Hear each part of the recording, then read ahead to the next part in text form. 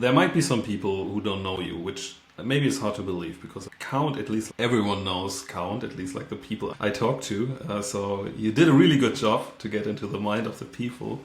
And so you're one of the famous people behind the product. So maybe can you give a short introduction? You obviously hang out in the right circles. I'm not sure everyone knows about us yet. We still feel relatively new. But yeah, thank you. Yes, I'm CEO, one of the co-founders of Count, and we're a kind of like a collaborative analytics and data modeling platform that we're often referred to very kindly as like the Figma for data or Mirror for data, because our kind of USP is that your build environment is very much a kind of collaborative real-time canvas, which you then use for data modeling and analytical projects. And yeah, it's one of the use cases of that, as you can probably imagine, is a metric tree. Exactly. This is what we will do today. But before we start, I definitely have one question for you. What was the moment where you came up, or not came up, but actually where you made the decision we should exactly bring BI, notebooks and whiteboards together? Because I think you were definitely one of the first ones who did it in this kind of way. Yeah, we definitely were. We Yeah. were definitely like an outlier at the time, and we still are. Like, there are lots of earlier people in it, but I think we're now at the point where we basically build a BI tool around that paradigm, and I think there's a lot of work to do that. So people are behind us. Yeah, so you're right. So before we used to be like a BI notebook, like a SQL Yeah. notebook, more like Jupyter in the cloud, and there were a lot of other people doing the same thing, still doing that. It works very well for data science use cases, perhaps more than most. I think the reason that we were not convinced by it was two things. One was that when we looked at the user telemetry, so we had this mission that we were trying to move the data team away from just building dashboards all day, and the notebook felt like a very powerful workflow for analysts. And it is a half generational leap, I would say. But the feature request we were most receiving from our users was, can I have a dashboarding layer attached to this? Can I take my notebook and make it into a dashboard? And we were like, when we don't believe that dashboards are the best way for the data team to prove their value, to work with the business better, it's still very constraining. So that was the big problem we were seeing in our product, which were like, this isn't the right solution. This is not delivering that generational leap that we were looking for. And then we just used those tools ourselves because of the way we were working. I was literally mapping out metrics as a metric tree. I drink my own champagne, as it were, and I was like, why am I cutting and pasting slides out of my notebook tool into something else? This is clearly a better way of working. And to give you a bit more context, my history before Count was I was a management consultant. I was running data projects as a management consultant, and in that world, like the world of operations improvement, Lean Six Sigma, like metric trees, issue trees, doing like MECE layout of metrics is like bread and butter. It's the way that you understand the process, it's the way you problem solve. And so it's just been brought into me from a very early age that that's the way to think about numbers and to see them in a way which makes sense. So I think there was a very big leap of faith moment for me and my co-founder to be like, we need to make a paradigm shift that no one else has done. But it's now paying off. Yeah, now we're grateful to see a lot of our customers, Too Good To Go, Bumble, these people who are using us as like their main workhorse for their data teams, and it's been exciting to see what they can do with it. Yeah, and this is amazing because like before you did this, I definitely had the thought that someone should do this because, as you already said, I was in the same place, doing some analysis on the left, copying over basically into Miro, because it was really great. It was great to present things. It was great to walk teams through the whole concept, and also this is like the things that you can now do in Count as well, to add assets that you usually would never add to a dashboard. You could add screenshots, comments, and you can have discussions there, you can have presentations there. This is, it feels quite natural, and I think it's the best natural environment to really work with metric trees. This is why we want to do this today. You said you work with metric trees for a long time. I have the feeling definitely the concept is around, I think it's around for 100 years, I would say, because like I, for example, had it in economics when I was studying. This was unfortunately it's a long time ago, but it definitely got a lot more attention in the last, let's say, 6-7 months, also like due to work of other people. But so greetings to Abi here, so he did a really good job to promoting this. But what do you think? I think it hits a nerve. It's always like with these kind of topics, but I think it hits a nerve. So what do you think, also like with your experience, what you did before, why does it now really makes sense for people to invest in that. Yeah. I, I think I think there's been some really good. I think there has been some really good material recently about the power of metric trees and their simplicity. I think the underlying driver, maybe wrong with this, but certainly I think what I feel right now there's a more of a moment in the industry to justify the role of the data team, to clarify it more. Like, what is the role the data team can bring? It's no longer just assumed that it's a good thing. We have to prove. I think we have to prove that more. And so what we talk about a lot with our customers actually is like one of the tenets we believe as a company, I think hopefully would resonate, is that a role of a data team is not simply just to provide the numbers of the business requests, but to drive operational clarity. Like there's an active role that a data team must provide, which is to give a real signal and clarity about the context the business is working within and what really matters. And I think people are buying into that principle that that needs to be more of an active work towards that. Isn't going to passively happen by just serving up metrics and dashboards, and there needs many new paradigms to do that really well. And a metric tree is just, and by its nature, just so clarifying about what's really going on. So that's definitely been a driver which we've really bought into. There's more to operational clarity than just metric trees, by the way, and it's another whole discussion about what does operational clarity mean, which we talk about, but metric trees are one of the core ways that you can quickly get to a likable moment with the business. Yeah, I think there are different ways, but I think operational is the key word here. I think this also makes it really exciting. Marty just commented like moving from cost center to profit enablement. I think this is totally true. This is definitely where data teams want to go. And so why not? Let's dive into it. Let's sure. I'm happy to walk through it. Yeah, I'm more than happy to explain and show. Let me see if I can share my screen. This has definitely not been a prepared thing beforehand. There we go. True. We do everything live here. Everything live. Yeah. Live there was the best. Yeah, so this is the Count platform. As I mentioned before, it is this grey area here is the interactive canvas. You can see it here. It's a fully collaborative environment. And I've just started off with the enemy. I've started off with the dashboard. And building in Count 2. So this is, as you can see, this box here is effectively a standard tiled dashboard. And I put it in here because I'm trying to show that if you're trying to understand which of these metrics matter, the title's the only real lever you have to understand how these work. But I want to show you the alternative if you haven't seen them before, which is a metric tree. So this is a metric tree, which shows some of the same charts as in here, but hierarchical with levels of detail and levels of detail within the diagram itself. So this is a very simplistic one: profit, revenue, cost of goods sold. But as you can see, as you look at the profit chart, you're breaking the levers of profit down into their next highest level constituent parts, in this case revenue and COGS, and then as you go down the tree you can see the levers that drive the change in the metric above. And you're basically building an overview of the system that drives these metrics. These metrics are representations of the system, and you're able to lay them out in a hierarchy which drives meaning and shows the interrelationships of them.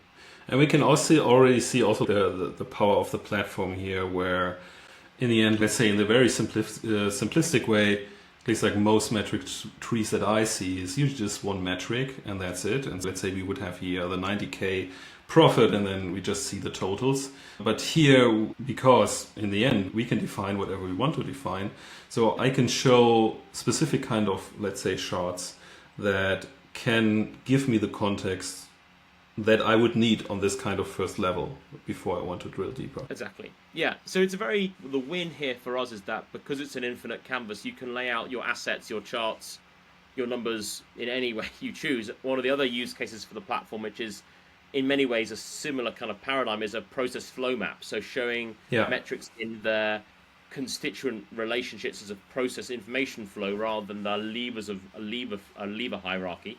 Both are driving operational clarity, and you could argue both are metric trees or metric graphs in a broader sense. The thing which I think is important to clarify is that the way you build this metric tree in Count is that you are able to, firstly, you can present this very much as a presentable production level report. As such, and that kind of, we have this kind of presentation layer. But the real win is that you're able to build this metric tree with the business. That you're able to get them to buy into the metrics. You're working with them to define them. So on the left here, we've actually got the raw tables this metric tree is being built off, which could be your database or could be, in this case, an API or CSV file. And then you're defining the metric logic within the same environment that you're able to give definitional clarity to the metrics and build them iteratively with stakeholders. And where we've seen people go wrong maybe with metric trees is they do it as a grand reveal. They go, here's a metric tree. And then they hope the business suddenly just buys into the fact that they've got these metrics and they understand how they all fit together. And actually, the most powerful way to drive change with the metric tree is the way you build it and consult with the business to help clarify definitions and build out this hierarchy of understanding as you grow. So it's actually a process of building it. You can obviously build a work in progress, but it's the definition of working it through with them and explaining the logic as you need to, which has been really what our customers have done, which has been really exciting to see.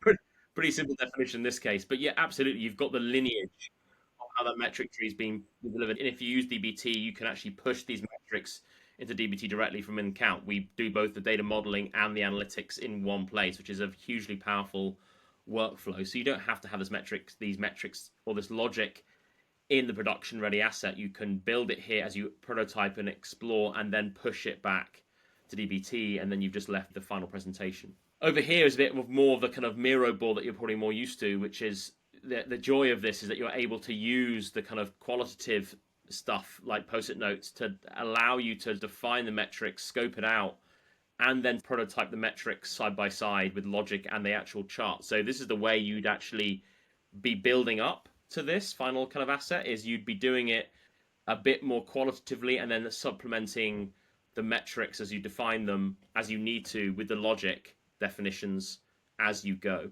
So that could,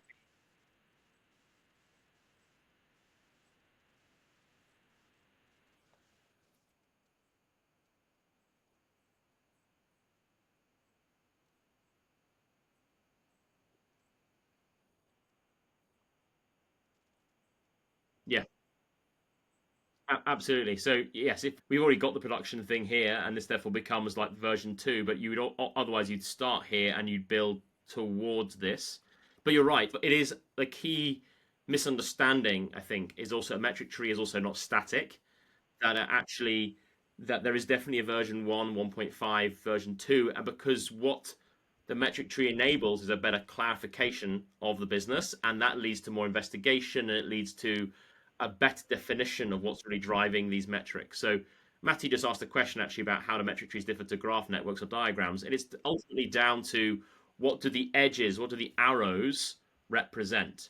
In a metric tree, in this case, the arrows represent levers, like the directional lever. If I change customers up, that should make MR go up.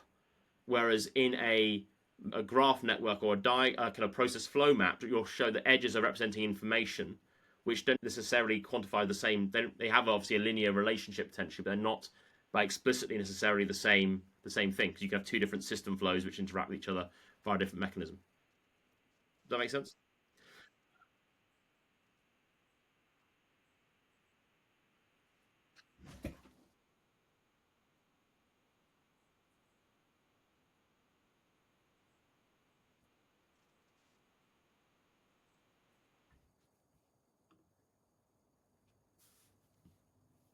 Oh dear, we just lost Timo.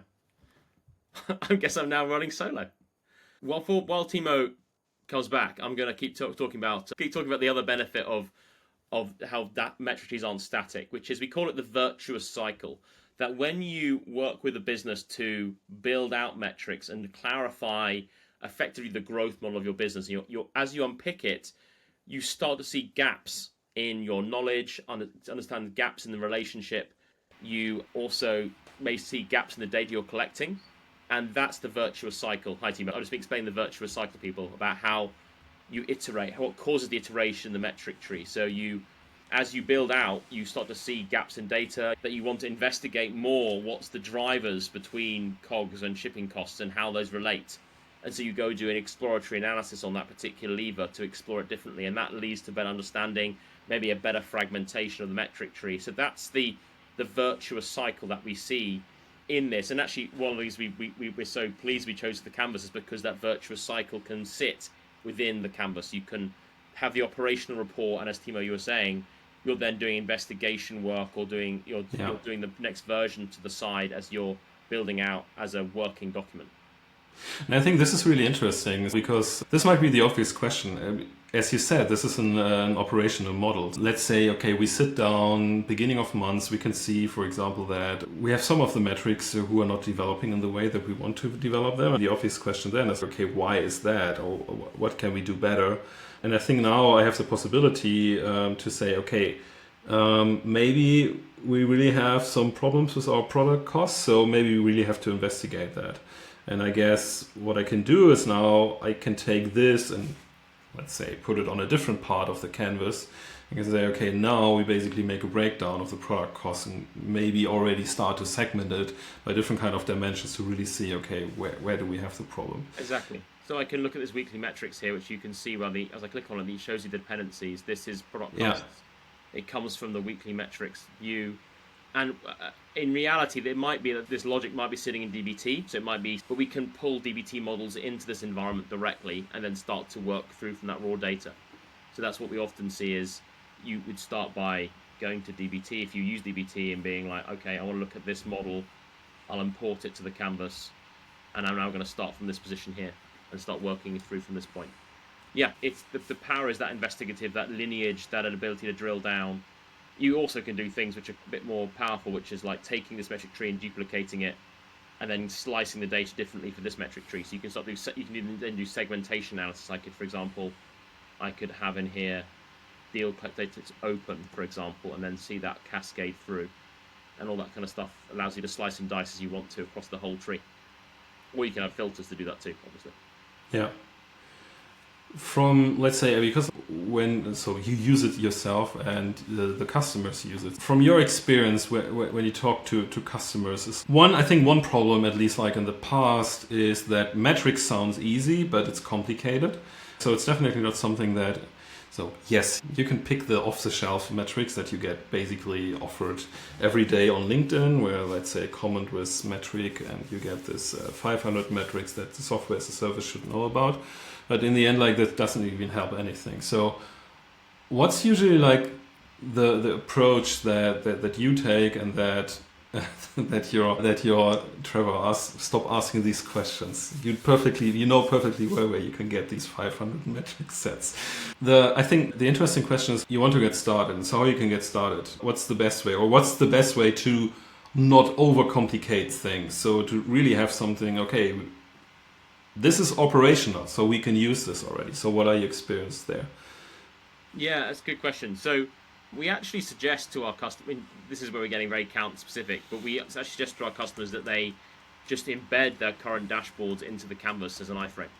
So they start from a position where they are bringing in the metrics they already know and already being trusted by the business into here, and then they start picking it apart from there. You can just bring it, I do it now, but you can bring a dashboard in from another tool into the canvas and make it an iframe in here. The most powerful thing is that you can probably build a metric tree with what you already have. There is probably some degree of hierarchy. It may not be explicitly defined, but there'll be something which will be available to you to start building with. People will have a breakdown of profit, revenue, and COGS. If you don't have that, then it means that the business is a long way from, like, its understanding of the system it's running is very poor, and you've got to start from a very low level. But if you have something, start with that, and then iterate with them. But I think that's a good point, because sometimes especially because I work a lot with product teams, and so you come to the situation where product teams say, yeah, we would maybe like to design something. Or in the end, they want to know where's our place actually in the company. This, for example, like a tree is nice because you can tell them, look, you reside in this kind of area here. It's a bit more down, but you still have possibilities to influence everything else. But they sometimes struggle with the upper part, so they don't really understand, okay, where are we going? And then might be the same with the data team. And so you already said something, I think, really important. When you talk to finance or when you talk, let's say, to other business teams, they are quite good in explaining you, let's say, the upper mechanics here. So they usually, at least like finance usually has a quite good idea how, let's say, the baseline or foundational model runs and where you can hook yourself in. So what could be a natural place to be? Yeah, I think so. That's a helpful clarification because I think it is very difficult to push this upon a team that doesn't want it. Like ultimately, you've got to try and match their need. So, for example, one of our customers is a streaming platform, and they've used Count as a way to do that North Star metric piece of work with the product team to like define what that should be and then the levers of that. And obviously, it's a very clear use case they already had in mind. It was a kind of shoe-in. But then having shown that for that department, now they're building it for marketing, they're now building it in actually more of a funnel approach for sales, but the same kind of operational hierarchy and graph of the system. And then now they've got that buy-in from that point. So start where you're going to get pulled. But one way could just be to do the highest level metrics if that's easily available to you. The other kind of use case which you could start with, which is probably it's another way of showing these metrics as a graph, is to do a kind of a user onboarding funnel. Yeah. Where this obviously isn't a North Star, what is the most important metric, it is more of a systemized graph of metrics. So you can see here you've got every single stage of a user onboarding through a mobile app. This is actually a genuine example we've anonymized. And then you've got then the metrics which are driving this through and then the levers of that. Now, the North Star metric might be, for example, successful account creation. We're laying it out now as a kind of a sequential flow. And it might be an easier way to get people to buy into the concept of seeing things this clearly in this kind of graph-based approach. So that's actually more of that or metric trees are a very common starting point for our customers based on whether there's a kind of a sense of lack of clarity around North Star or is it just a lack of clarity around the core process and trying to operational reports of the process itself. This is definitely a powerful concept, especially like to get business teams, to get them into at least work with some metrics. This was the part that I did a lot in the past where I was passing numbers back and forth into Miro and so on. Because especially like in product, the more visually you can do it, the more helpful it is for the team to really understand, okay, how a specific feature usage. This is also like a good example with I think it was, so if used for onboarding, it's great because everyone has a clear idea. So the nice thing here is it answers a lot of questions that usually come up when you talk about these things immediately by just looking at it, because everyone usually has it in front of it. And I also want to show the kind of the even more day-to-day example. So this is obviously, we're moving away from metric trees and the kind of the purest sense, but just more talking about how to use hierarchies and metrics to just make a system clear. And one of the systems that you can make clear in your day-to-day work with different parts of the business is actually just using metric trees or hierarchy plots as a way of problem solving. So the concept of a metric tree is this thing called MECE, this kind of idea of every level of the breakdown is mutually exclusive and collectively exhaustive. Mutually exclusive means there's no overlap in how there's no overlap on these metrics are defining. Mm-hmm. Collectively exhaustive means you're covering out all the levers which drive the level above. Yeah. And that's a very powerful problem-solving approach. If you're trying to say, how do we fix churn, you can use that methodology to break the problem down into chunks. So one of the other very useful use cases that we see from our customers, which is much more day-to-day, is the ability to just take a request or a problem from the business, even if it's just a kind of simple data request, and then using a tree to break that problem down. So this is the problem determines the hierarchy. Like, what's the best way to solve this problem? This problem is, which products should I use for an email promotion? Part 1, which products should we choose? Part 2, how should we deliver the promotion? They're two different levers. They're not overlapping, but collectively they solve the problem. It's another way of introducing hierarchy and a way of clarifying what should be going on at a kind of day-to-day level. So that's another way to tackle this problem is if we believe metric trees are a way of driving operational clarity, that principle of operational clarity, you can use trees to do that across many different use cases, not just the top-level metrics of the business. Yeah, I think two things. So first of all, I think it's good that you pointed it out, because like in the end like hierarchy and the relation between the different kind of things on different levels of hierarchy. It's really something that helps people a lot to get a better understanding. At least like I had this nice experience to sit in meetings where we were discussing about data analytics a long time in different kind of ways. And at the point of time where I introduced a hierarchy of metrics, the discussion stopped. All these discussions that we had before were basically boiled, and everyone was like, yeah, sure, that's clear. But it's obvious. It's always like, when you found out, it's always obvious. But I was missing this before. And I think the other thing what you said is like this, for example, this breaking down, which is usually like something that you sometimes do in a dashboard with different kind of filters, but it's definitely unintuitive because like you have to switch in between and do things. This is, for example, something that I use quite a lot now, that I basically take something which is really important for us. So let's say, for example, customers. And I could break down customers into new customers, retained customers, churn customers, resurrected customers. And this opens up so many possibilities because like now, for example, or at-risk customers, I could even do something like this. So for example, I have now a sub-metric, which is like customers at risk.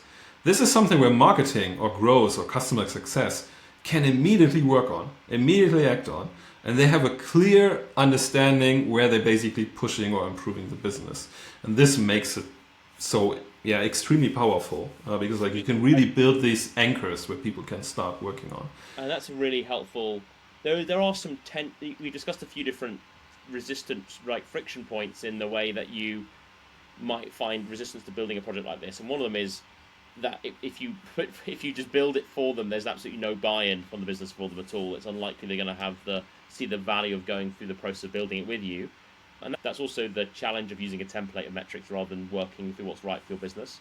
Yeah. The second tension, which is actually can be a positive, is if your metrics that you're using don't reflect the way your organization is structured, then you're not only going to have a lot less buy-in, but it's also far less actionable about how to actually make an improvement. And so in really good examples of the project like this, which is again back to buy-in, sometimes the organization changes its structure changes and its ownership of a metrics change because they believe the metrics are the right ones and they want to make sure they have alignment of the workforce against those metrics.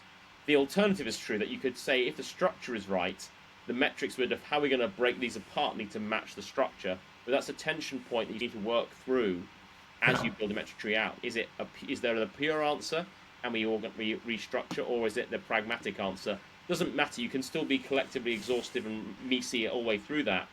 But that's just why there's not a one-size-fits-all answer to how to do this, because you want this to be, the priority is operational clarity, which means it can be operational tasks can be delivered as a result of it.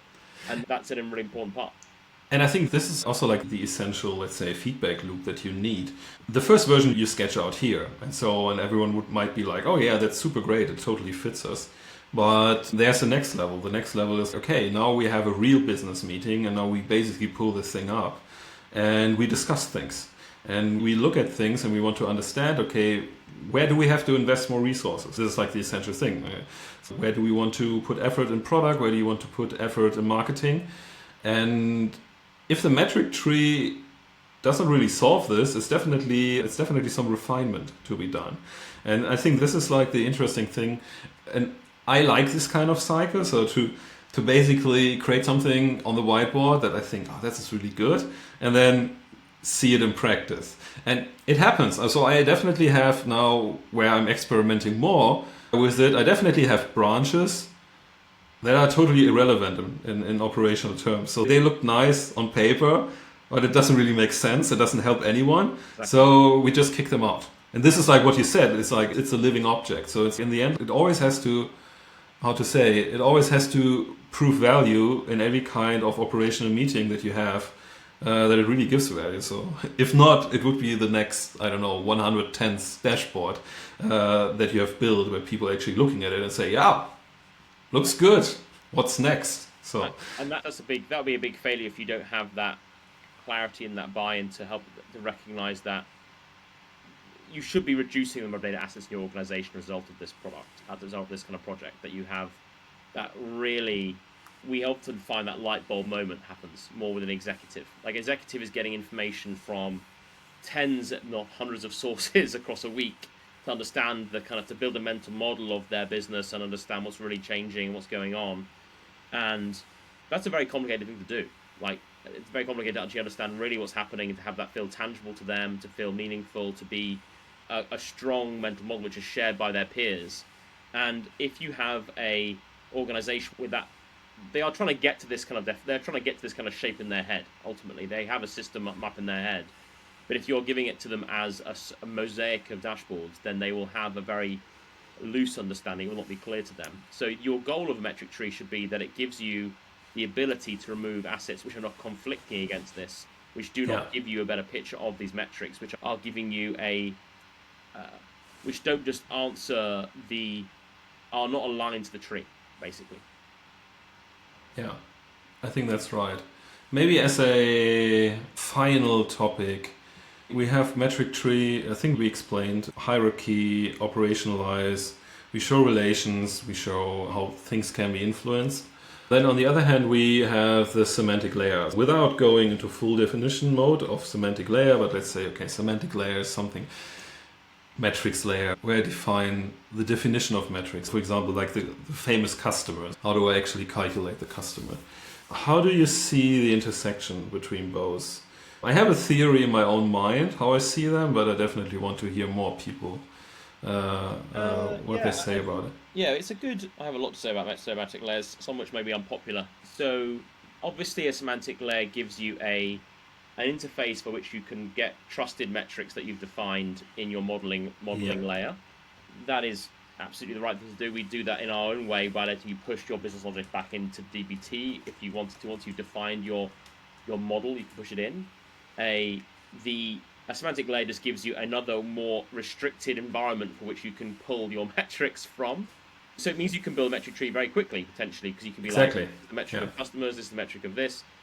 But I don't think they're a fundamental requirement of doing a metric tree project, because they're just a way of storing business logic, which can either be in tables, in well-modeled tables in your data warehouse.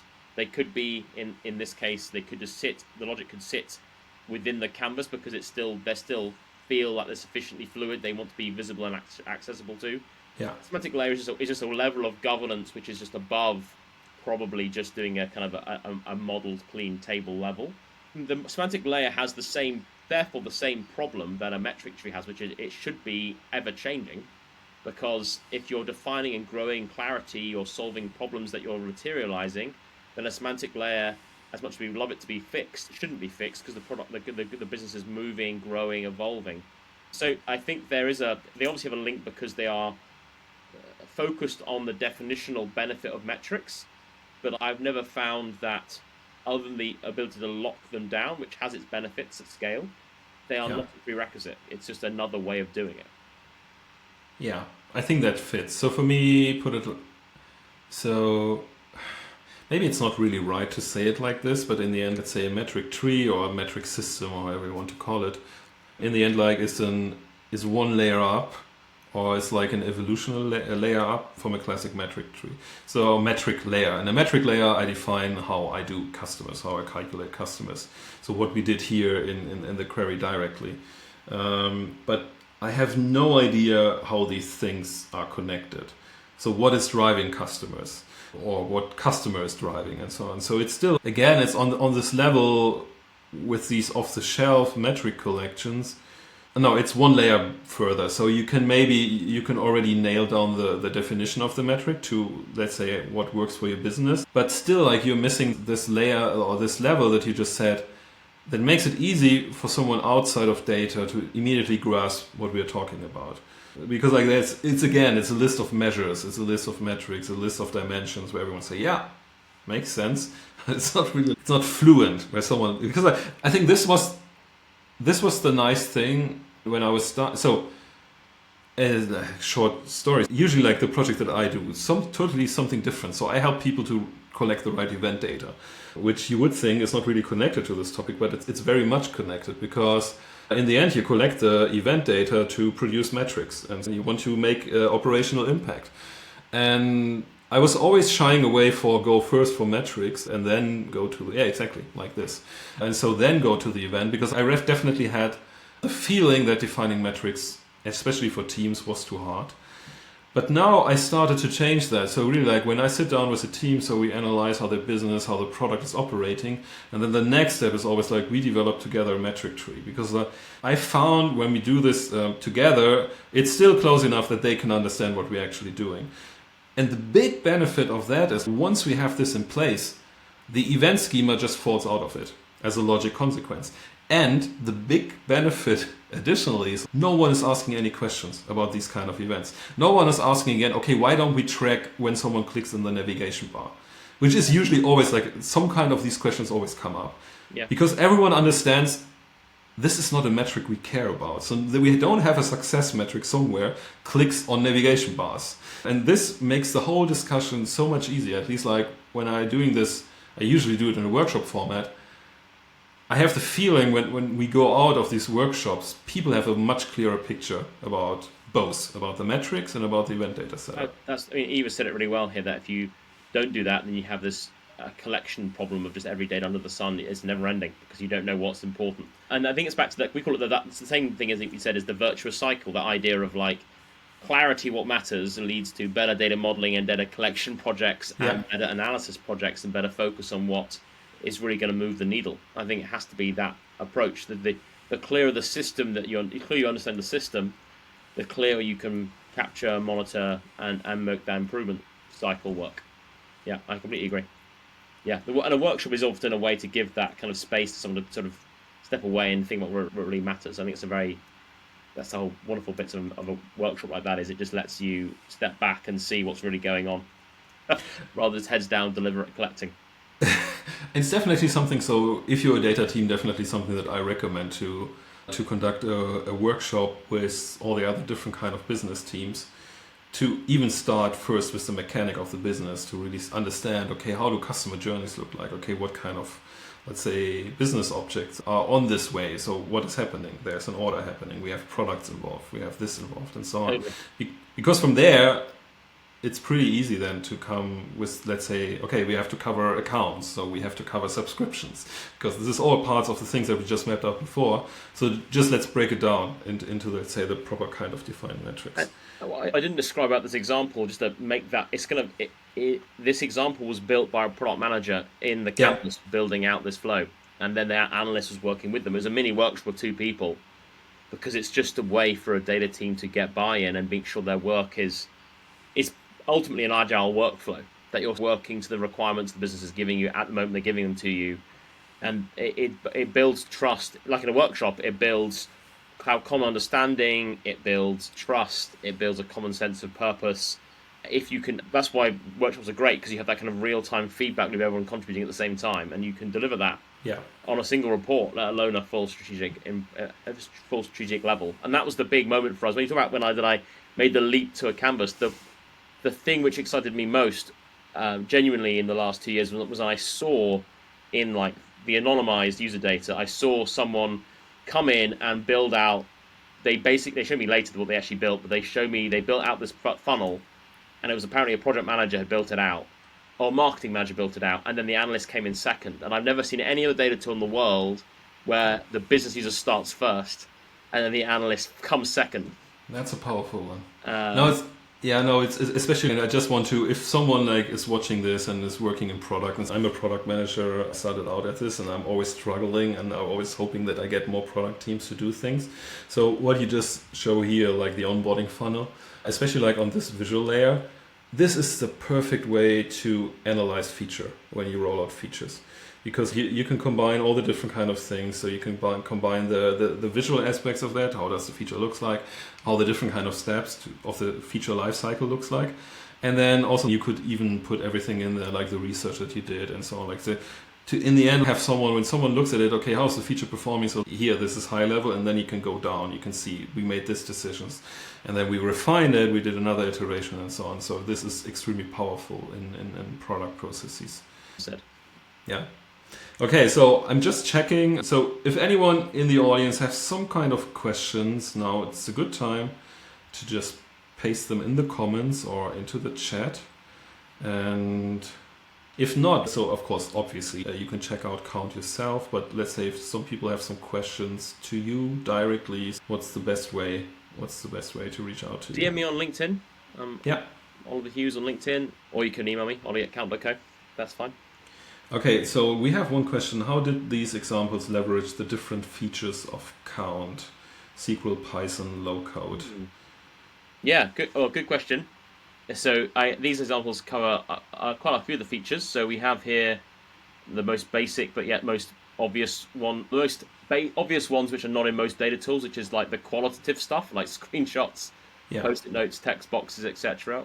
We then, and that's the kind of first stage of this, is the scoping, the laying out the system in this case, and populating the context. In this case, then the analyst was then using these SQL cells. So these cells here are editable. You can type SQL in here directly. So this is like the SQL element of it. And if I make a change, it will cascade through all the connected cells. And I assume like this cell could also be a Python cell. So it could be, exactly. Yeah. I could use a Python cell in here instead. So we can, and any cell can connect to any other cell. So in this case, this is a SQL cell to another SQL cell, which then goes to these visual cells, which are then letting you plot and low code the visualization. Let's just get some data back in here. And then you're plotting the visuals on the right hand side here. You're just literally, you're dragging average. You can make that max. You can type in here if you want to do something else like max -1, you can define it that way. So you've got the low code on the right hand side, which attaches to either a low code drag and drop cell or to a visual cell. And yeah, there's Python as well. So I can, if I wanted to build a Python cell off this, I could go to Python, bring that into a data frame as such. Yeah. I want to do that as well. And then you're doing that all in a collaborative environment. And then when you're ready to publish, you can share it. Or if you want to publish it, you can put it into a frame, these boxes, and then you then have that presentable asset. And I can also, currently this is still real time, so you can present in real time. Or I can lock it, and then that works for a million people can view that at the same time. They wouldn't conflict in their session. So that becomes a real dashboarding layer at that point. I think locking is definitely a good idea. Sometimes you don't really want to have real-time updates. No, exactly. Yeah, exactly. And then I guess in that regard, we didn't discuss the modeling layer, but you obviously can take any SQL that you've built and just push it back. You can effectively, back to, for example, when I showed you that model before, I can make a change to this DBT model, and I can then limit my favorite way to tweak a SQL query quickly, a limit 10, and I can then commit that back to GitHub with a code diff. So I'm pushing that logic back in to DBT. Ooh. Yeah, that's nice. Yeah, that's good. Thanks for asking, Andy. Hope that was possibly the fastest demo I've ever done of the product, so that was helpful. I share the recording with you afterwards, so if you need it. Okay, perfect. We don't have any kind of other questions. Again, if you want to try it out, you can go on count.co to get started, or you can reach out to Ollie. You can also reach out to me if you want. Please do. And thanks again. Thanks for having me. It was good fun. Yeah. Thank you everyone. There are a lot of people. That's really good. Okay, thanks everyone. So that's it. So I haven't scheduled a next talk yet, but there will be something. At least I know in 2 weeks we will have something next. That's great. Thank you so much, and everyone have a great day or a great evening. So just